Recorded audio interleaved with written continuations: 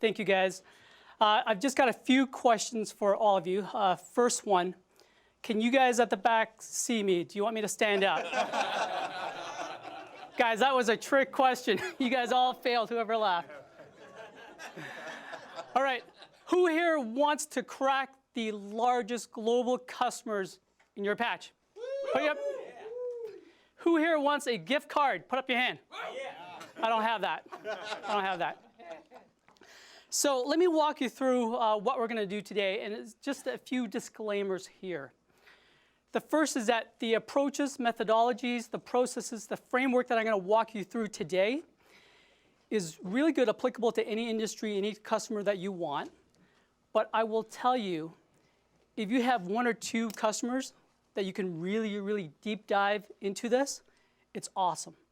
When you have 10 customers, 20 customers, 50 customers, 100 customers, a bit less awesome.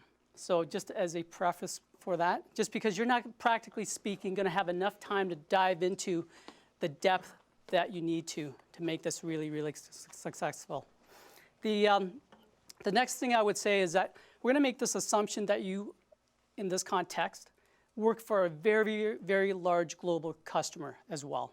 So, you know, your company is 10,000, 20, 50, 100,000 employees.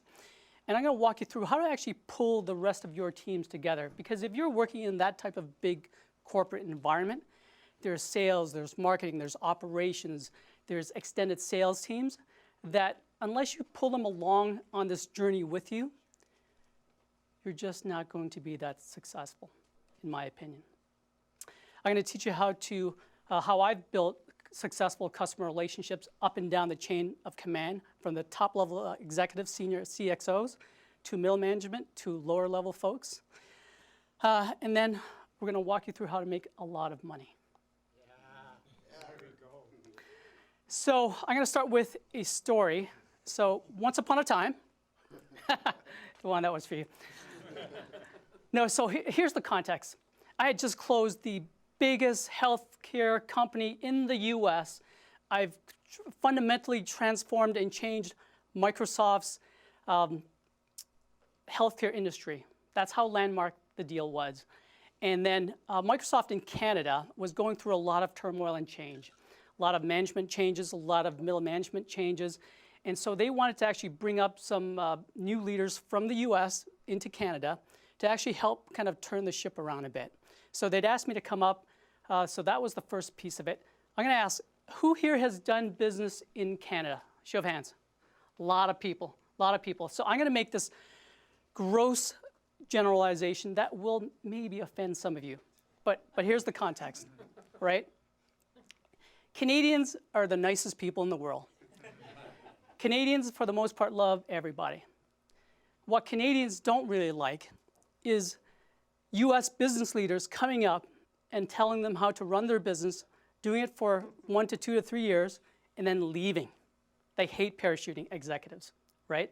So that was the kind of team that I was inheriting because I was being flown up to go do this. That's the first piece of it. The second piece of it was I spent a lot of time with my team, and they were amazing. Great people, but they weren't willing to push the envelope. They had great middle management relationships. They had great lower level relationships, but they didn't have any executive relationships at all. So when you're trying to revolutionize something without executive support, you just weren't going to get there, right? And the third piece of it was they'd asked me to look after banking in Canada, which I've no experience in at all. And at the time in Canada, Canadians are just another gross generalization, very conservative in nature, right? Cloud technology did not exist in Canada, right? They had heard about it. They thought it was kind of cool that some US companies were doing it, but there was no way in heck that they were going to adopt the cloud in Canada. So that was part of my mission coming up to Canada as well. So when I'm faced with a brand new customer set, have no relationships with, an industry I know nothing about, what do I do? A lot of you have actually already said this. I think Debbie has kind of done this a lot too in her patch. I triangulate data. I do so much research on the company. on the industry. I read their annual reports, 10Qs, 10Ks. I watch their analyst calls because you get so much detail from those analyst calls. I go on LinkedIn, scour it, Discover.org, scour it. YouTube, my best friend ever, I scour it. It's amazing the number of videos on social media like YouTube that you'll find from your executives presenting there, right? And it gives you such amazing context. So that's the kind of first level of discovery I do. The next thing I do is I meet with everybody. I meet with all of my internal sales teams, operations teams, marketing teams. I meet with my partners, all the partners that call on this customer, right? I meet with my competitors over lunch and just to kind of share some war stories and pick their brains about it. I meet with the executives up and down the chain of command and go wide as I can. And what I'm trying to do through this whole process is picture this. Your big bank in this case has a lot of different silos. Everyone in those silos has their own point of view on something. So when you get that point of view, you need to kind of rinse and clean and filter that out a bit so that you can actually kind of put the mosaic together, right? So that's what I mean by really triangulating data. And then once you've got all that data, then you can start applying to, hey, what solutions do you have in your kind of bag to go sell? And how can it be applicable to them, right? So that's the kind of next natural thinking around that. The executives, right? You can easily find the top level executives in the company. They're all there in the annual reports in a lot of different locations, right? They're easy. CXOs, EVPs, SVPs, all easy. What's really hard and what's kind of untalked about is when you get to the middle level executives, so the VP level, the director levels, find out who the power plays are in those areas, right? Because I will guarantee you, and I found this to be universally true in every large company I've ever dealt with, is that there are people who have massive influence that don't have the title, right? Or that have the wrong title. But everyone knows who they are in their company, and you need to find out who those people of influence are, and then have them become your fox, your coach, your mentor, because those are the people that will guide you through how to get something done in the organization and how you can be successful, right? The next thing I try to do is I look at the trends. So this is a point-in-time snapshot back a few years ago.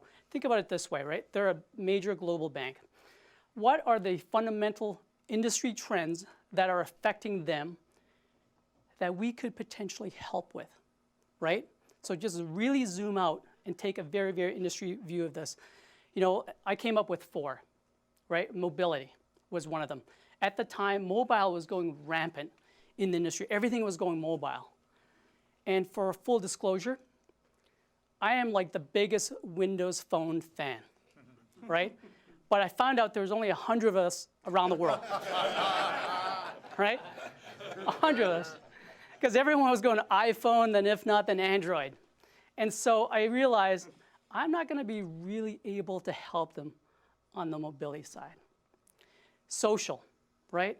This is when Facebook was going like this, Instagram, all of these social networks, LinkedIn, before Microsoft bought LinkedIn, was going like crazy, right? What did we have as a solution for social?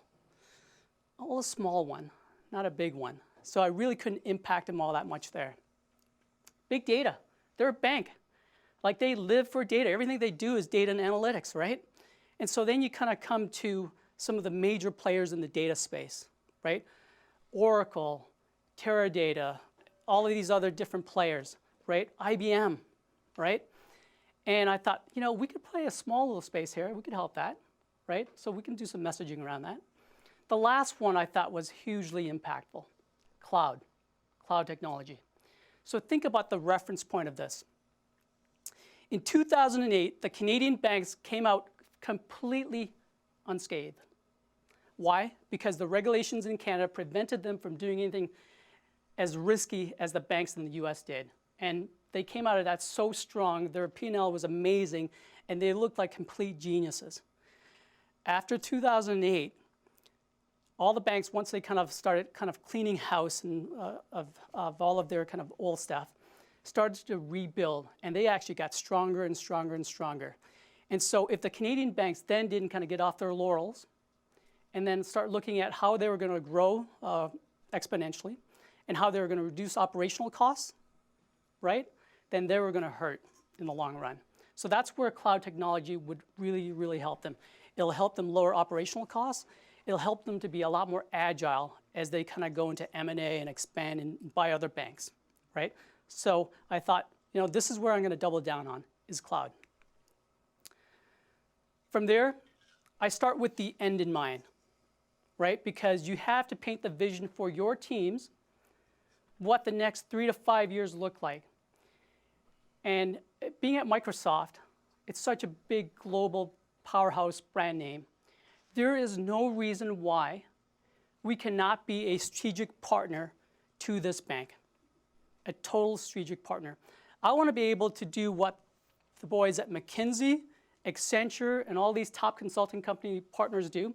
When they walk into the CXO's office and they say, we think you need to turn right on your business. Do you know what that executive does? He turns right, right? I think we had the ability to do that. So that was the vision. How do we become a trusted advisor within the bank? The next is, what are your objectives for the year, right? And these are going to be short and long-term objectives. These could be revenue objectives. These could be relationship objectives. These could be impact objectives, right? So you have to really, really think this through as to what those are. And then the next level of detail, what are the tactics around this? How are you going to meet your objectives, right? Clearly write it down, right? It is no good in your head.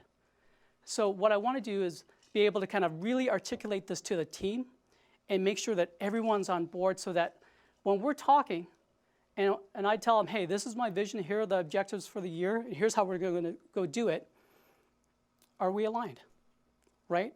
If we're not, why not? And how can I get us to a place of alignment, right? In a big, big corporate enterprise, that is massively important to do. From there, I map out relationships with my customers, right? Who have you not touched, right? And then if you haven't touched them, call on them. Who are folks that are negative on your company, on your solutions, right? And if they're negative, how do you either neutralize them or how do you make them positive, right? And if they're neutral, how do you turn them positive? If they're highly positive, help them stay there, right? And the key to this exercise, I found, is to be intellectually honest, right? Because a lot of times we go in, we're a bunch of sales guys with our extended team, and oh, do you have a relationship with this person? Oh yeah, I have a great relationship with this person, right? And it turns out maybe not so, right? I'll give you a prime example of this. It was so funny. One of the guys on my team, I said, hey, do you have a relationship with this VP? And he goes to me, he goes, oh yeah, I have an amazing relationship with this VP. We have barbecues at my house. He brings his family over, and it's fantastic. And I was so stoked. I'm like, awesome.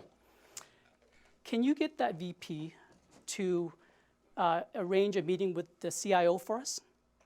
And he's like, no, I can't do that. I'm like, why? Well, no, it's a personal relationship. And I would say, BS, right? If you have a relationship with someone, you should be able to monetize it, right? Full stop, right? You should be able to call that person on a Saturday morning and go, Dana, I need a favor. I need your boss to respond to this email saying, yes, he can do this, right? That's a relationship, right? So be intellectually honest with yourselves. This is just another view that I put together with my team so they know, right?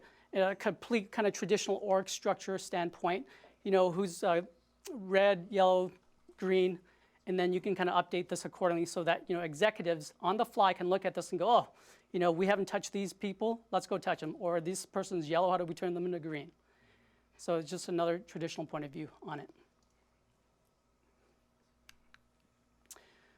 I do a mirror read personality analysis.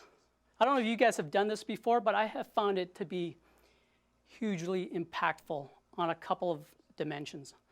When you're meeting with your customers at any level, right, it's really good to know what type of person they are.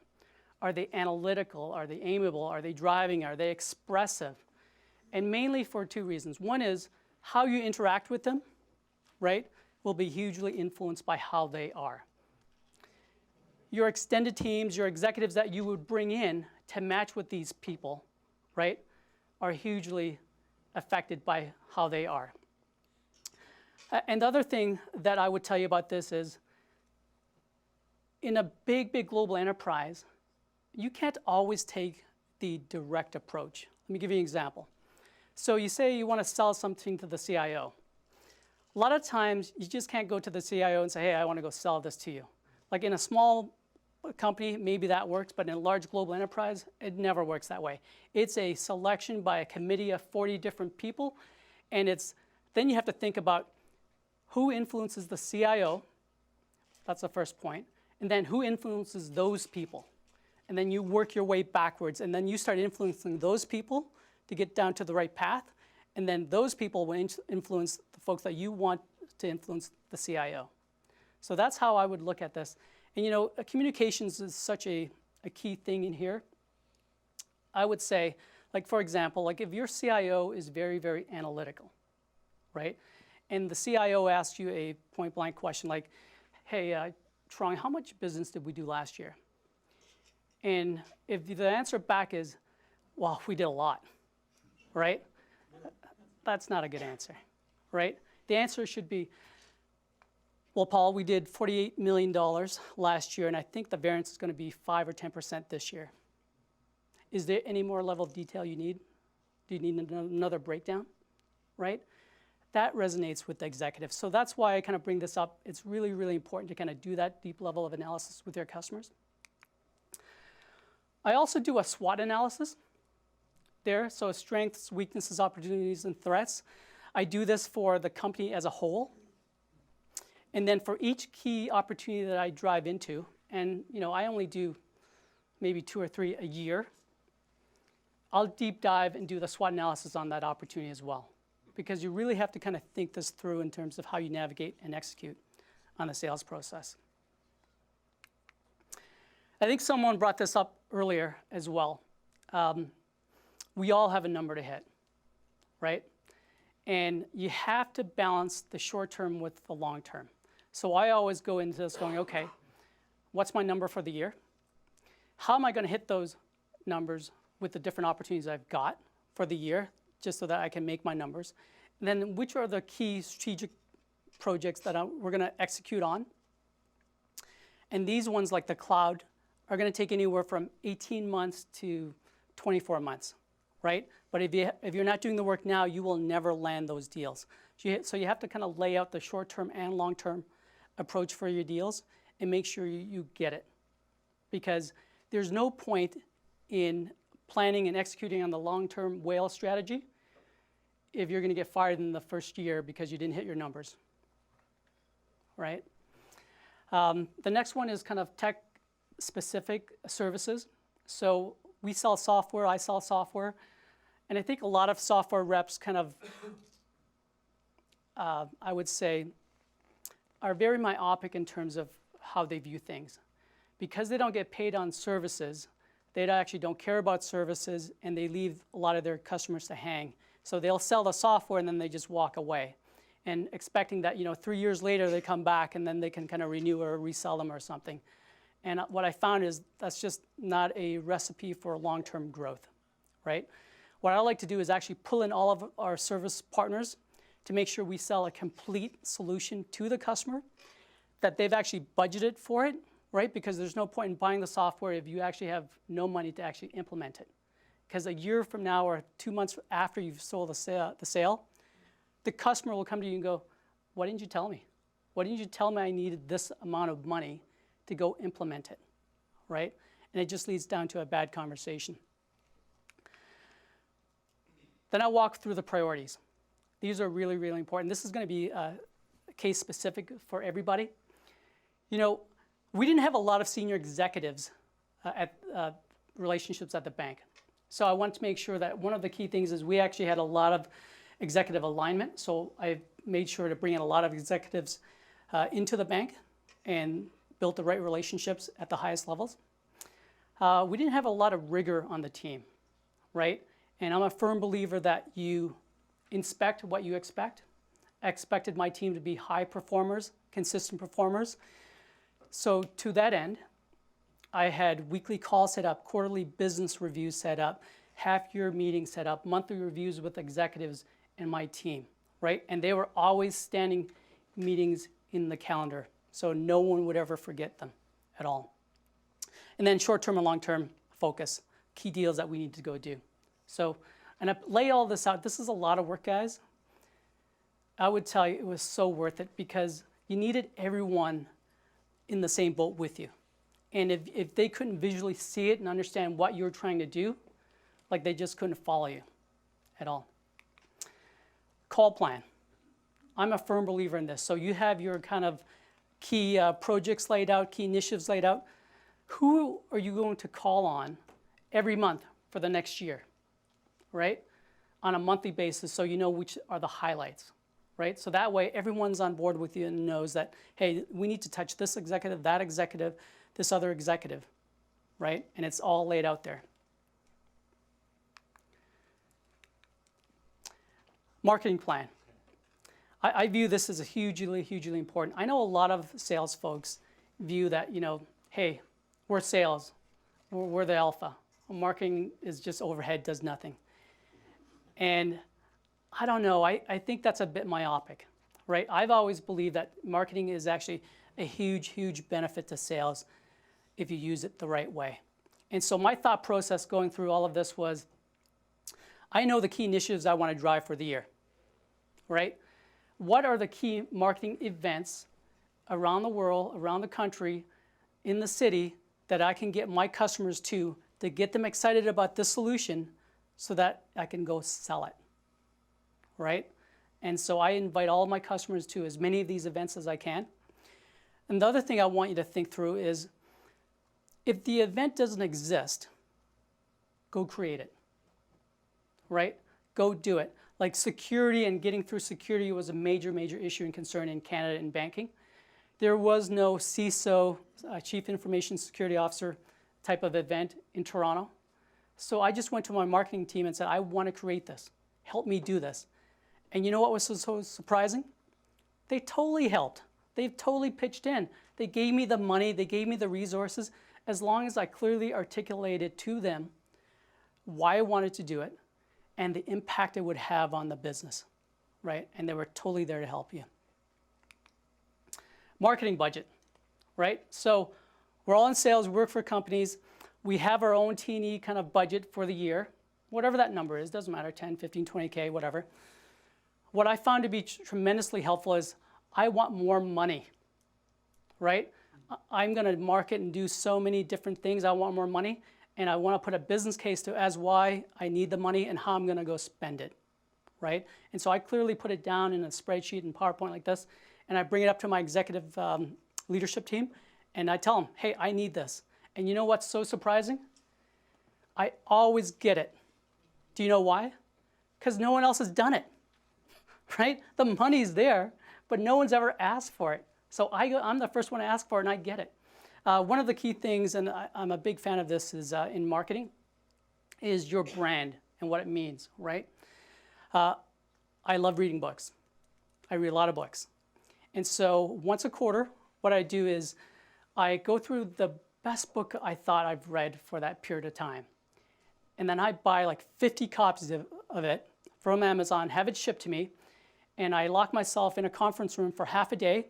I go through every book and I write a personalized note inside the spine so it can't be removed, right? So that the executive knows it's from me and I'm thinking about them. And then I actually take one of my personalized stationery, write a note on it and say, hey, Kyle, you know, on page 59, I kind of thought about this because it applied to you in this regard. And when you send a really personalized note like that, it's amazing. That executive will email you back, call you back after they get the book and go, oh my God, Trong, like you are so spot on. I can't believe that, right? And it's those little touches that actually add up in a big way. I'm just going to provide you this as just an example. So there's 30 slides behind this, but in the one or two kind of deep dive focus opportunities that we have, I get my team to put together, you know, the whole SWOT analysis of the opportunity, the key players on the customer side, the key players on our side, so we know who to kind of map towards, key partners that we're working with to help us execute on this, and the things that we need from our executive leadership team to go execute upon this, right? And so this is just a high-level kind of dashboard view, but I guarantee you there's 30 different slides behind this that go into the detail of actually how we're going to go execute on this.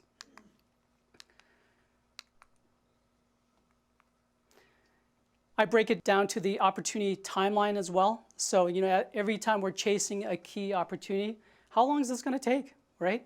Let's be realistic about it. If it's 12 months, that's okay. But let's make sure we actually have a plan to go close it in 12 months and work back from there. I've said a lot. I'm going to pause here for questions. This is Scott circa 1985.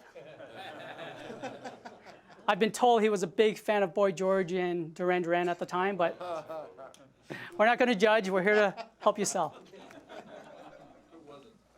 The slide of account assets, account executives that you kind of mapped out, I counted 20 on them. Yeah. I just wondered, you know, roughly for that size engagement, you know, major bank, TD Bank, is that kind of what you look at, you know, when you're dealing with the national account like that, like 20 enterprise contacts? Yeah, it's actually a lot more. It's probably to the tune of about 40 to 50. All right, Trong. Just a couple clarifications. Did I hear you say 3 big deals a year that you're doing this level of analysis for? Yes. Yeah. Is that at Microsoft or is that ServiceNow or both? It's at Microsoft. I've scaled it down a bit on the ServiceNow side. Okay, but Yeah. still working on like kind of 3 big deals that you're in. How does this compare from a preparation perspective to like those, you know, those singles, doubles that you're getting throughout the year? Not those whales. It's a lot of work. It's a lot of work. So keep in mind the customers we're dealing with, right, at the bank. Like, this is why I said at the beginning, this is only really good and applicable if you have 1 or 2 customers, because you're not going to be able to get down to this level of depth, right? And, you know, for big, complicated transactions and deals, and we're talking about deals that are $10 million a year minimum, times 3 to 5 years. So you know, the customers are spending $50 million with you as a software provider, and they'll spend another 2x of that to implement it. So now they're talking about $150 to $200 million deal that they actually have to spend. And so with that level of spend, there's going to be a lot of scrutiny and detail around this, and you have to dive down and do the analysis that I was talking about. Like, you can't just kind of wishy-washy walk your way through and go and hope that you're going to get something.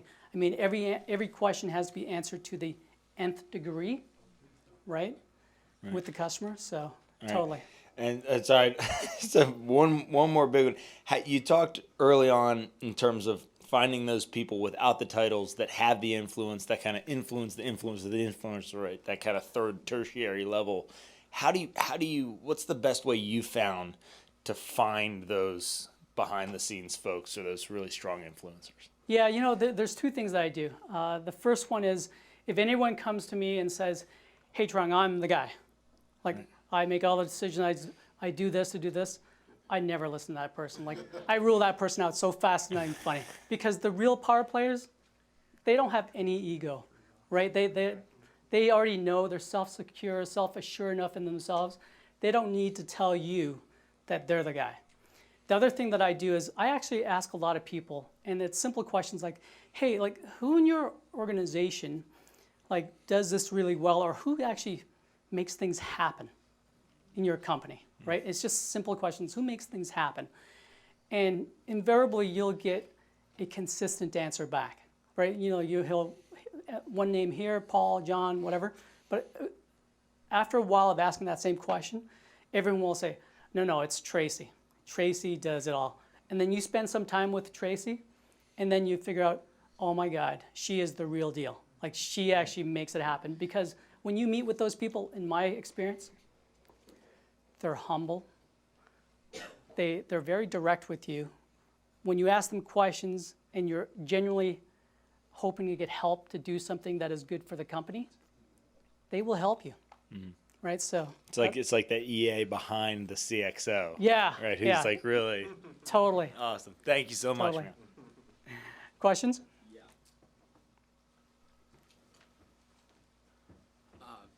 So was TD Ameritrade, was that an account that was assigned to you, or how did you kind of come across TD Ameritrade to begin with? Yeah, so it's not TD Ameritrade. So this is TD Bank out of Toronto, headquartered out of Toronto as the national bank. And it was just one of the top banks that Microsoft had in Canada that they needed new leadership to go run. And so they chose me to do it. And then you talked about like your sales team that you have. What's the makeup, or what does that look like?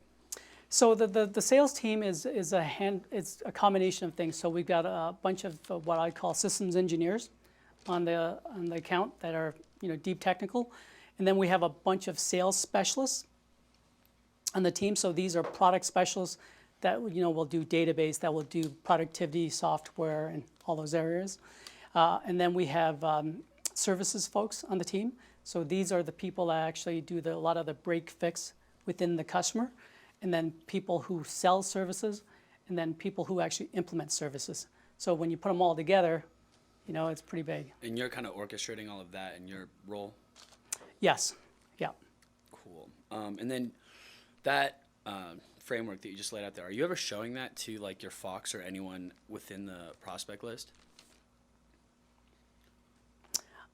I don't necessarily show them the Merrill Reed analysis on it, Yeah. but what I do is I ask them point blank, and I share them with my thoughts. And I would say, hey, Colleen, I think this person influences this person because of these reasons. Is my thinking off on that? And and they'll tell me behind the scenes, yes, no, and why, right? And so that's how I usually pick their brain on it. Okay, last question. What is Microsoft's mobile strategy? That's so funny. I'm curious though. Surface Pro. So funny. Go ahead, Kyle. Trong, that was so awesome. I mean, Thank you. it's no mistake that you're a world-class enterprise salesman. So that was a really cool presentation. Awesome. Is there anything, could you maybe point to something earlier in your career that you wish you knew about selling large enterprise deals? Ooh, that's a really good question. It's a really good question. I'll tell you a non-success story, because I learned a lot from that. And for those of you who've been in sales a long time, I think you can relate to this. I will tell you, you could do everything right in the sales process. You could execute to the nth degree. You can have the right relationships. You can have the right business case. You can have the best proposal. You can have the best of everything, all the moons and stars align just the right way, and still lose. And I've lost in times when it was actually just based on pure politics, right? And it's so hard as a salesperson to kind of really internalize that and go, how did I lose that? And the deals I'm talking about losing are massive deals, right? Massive. They hit Wall Street kind of deals, right? In forecast calls. And when you tell your bosses and your boss's boss that you lost because of political reasons, it just doesn't jive that well. Yeah. Right? So I think, sometimes just to take it in stride. Like, you could do all these great things amazing and do it really well, but sometimes you just lose. And there's nothing you can do about it. You talked about the book, like reading a lot of books and sharing information with your kind of executive prospects or executive leaders in these accounts. I'm wondering, the system that you showed, what kind of books have been influential for you in developing that? I mean, kind of Miller Hyman is sort of the de facto standard for large enterprise account management? What is it? Sort of Trongs system, or what? Obviously, it is. But where did it come from? No, I think it's just a collection of things that I've kind of gotten over the years that I kind of incorporated into myself. And I think Paul kind of said this best earlier, which is you kind of have to be your true and authentic self, right? And I think what's really worked for me is that when I've been in front of these top-level executives, one, I'm just completely myself, right? And the second thing is I'm completely honest with them. I know a lot of folks, when they get in front of CXOs or these top-level executives, they're so scared because they're like, well, I can't say that or I can't do this because they're going to think this, right? And I would tell you that's probably the worst approach you can take. If you're in front of a top C-level executive, be honest with them, right? Listen, Dana screwed this up. She's costing the company $100 million. Don't take my word for it, right? Go talk to these 5 different people, right? And help the company get it back on track, right? And I think those executives, when you land that message, that's how you become the trusted advisor, right? Because no one else is going to tell them this stuff.